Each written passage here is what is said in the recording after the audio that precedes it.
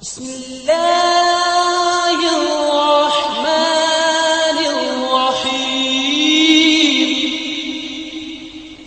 رام کے دروس کو سننے کے لیے ہمارے یوٹیوب چینل الاحسان میڈیا سینٹر کو سبسکرائب کریں اور گھنٹی کے نشان پر کلک کریں تاکہ نئے دروس کے متعلق آپ کو بروقت اطلاع ہو سکے۔ شکریہ۔ الحمدللہ والصلاة والسلام علی رسول اللہ وبعد۔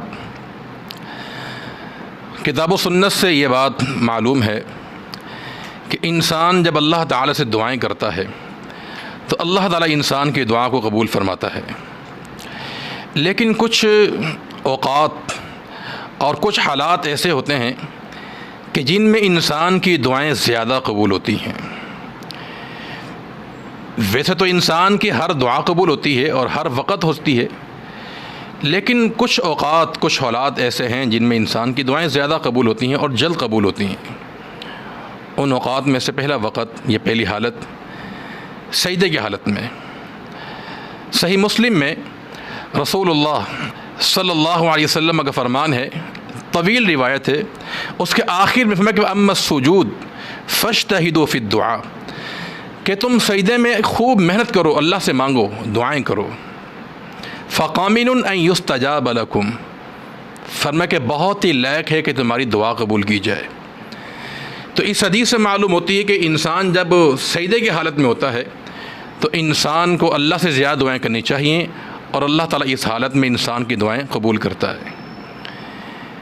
دوران سجدہ انسان کو چاہیے کہ جو مسنون دعائیں اللہ کے پیغمبر سے ثابت ہیں ان کا وہ انتخاب کر ان کو پڑھے۔ اس کے بعد پھر جو دعا چاہے وہ اپنی مرضی کی، اپنی خواہش کی اور دنیا اور آخرت کی بھلائی کی جو دعا مانگنا چاہے تو سجدے کی حالت میں انسان وہ دعائیں اللہ سے مانگ سکتا ہے۔ تو بہرحال سجدے کی حالت میں انسان کی دعائیں جلد قبول ہوتی ہیں۔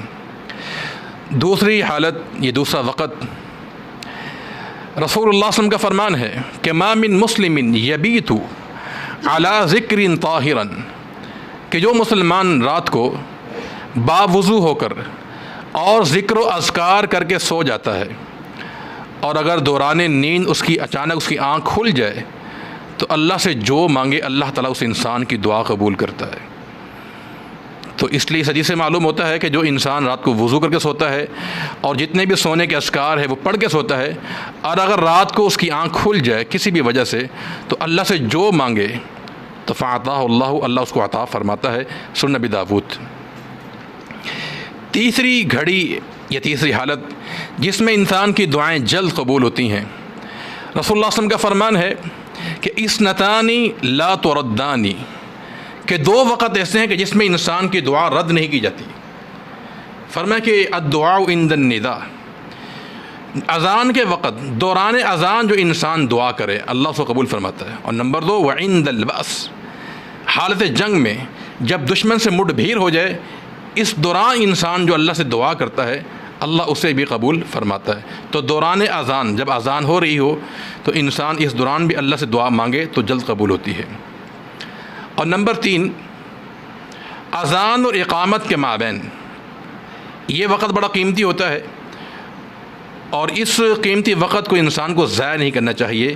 اس گھڑی میں اللہ سے جو دعا کیجیے اللہ قبول فرماتا ہے۔ رسول اللہ صلی اللہ علیہ وسلم کا فرمان ہے کہ ان الدعاء لا يرد بین الاذان والاقامہ، فرمایا کہ دعا جو ہے اذان اور اقامت کے مابین رد نہیں کی جاتی، قبول کی جاتی ہے۔ تو چنانچہ فدعو، تو اس وقت اللہ سے خوب دعا کی جائے۔ اور نمبر 5 یا نمبر 4، فرض نماز کے اختتام پر اور رات کے آخری پہر میں بھی انسان کی دعائیں قبول ہوتی ہیں۔ رسول اللہ صلی اللہ علیہ وسلم سے پوچھا گیا کہ ای الدعاء اسمع، کہ اللہ کے پیغمبر کون سی دعا یا کون سے وقت کی دعا زیادہ سنی جاتی ہے؟ فرمایا کہ جوف اللیل آخر، رات کے آخری پہر میں انسان جو دعا کرے وہ قبول کی جاتی ہے۔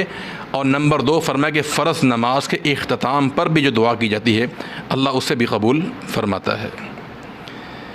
اور نمبر 6 جمعے کے دن ایک خاص گھڑی ہے کہ اس گھڑی میں انسان جو دعا کرے اللہ قبول فرماتا ہے۔ صحیح مسلم کی روایت ہے، رسول اللہ صلی اللہ علیہ وسلم کا فرمان کہ جو مسلمان، جو شخص بھی جمعے کے دن اس گھڑی میں اللہ سے جو مانگے عطاہ ایاہ، اللہ اسے عطا فرماتا ہے۔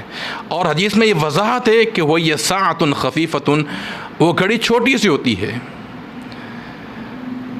اور محدثین نے اس گھڑی کے تعین کا بھی ذکر کیا ہے۔ بعض روایات میں اس کی نشاندہی بھی ہوتی ہے، مثلا ایک حدیث میں اس کا ذکر ملتا ہے کہ امام کے ممبر سے بیٹھنے سے لے کر نماز کے اختتام تک اس دورانیے میں وہ گھڑی موجود ہے جس میں انسان کی دعا قبول ہوتی ہے۔ اور بعض روایات سے یہ بات معلوم ہوتی ہے کہ وہ گھڑی جمعے کے دن عصر کی نماز سے لے کر مغرب کے مابین کا جو دورانیہ ہے اس میں وہ گھڑی موجود ہے۔ بال یہ وہ اوقات ہیں، وہ حالات ہیں جس میں انسان کی دعائیں زیادہ قبول ہوتی ہیں۔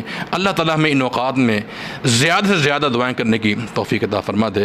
السلام علیکم ورحمۃ اللہ وبرکاتہ۔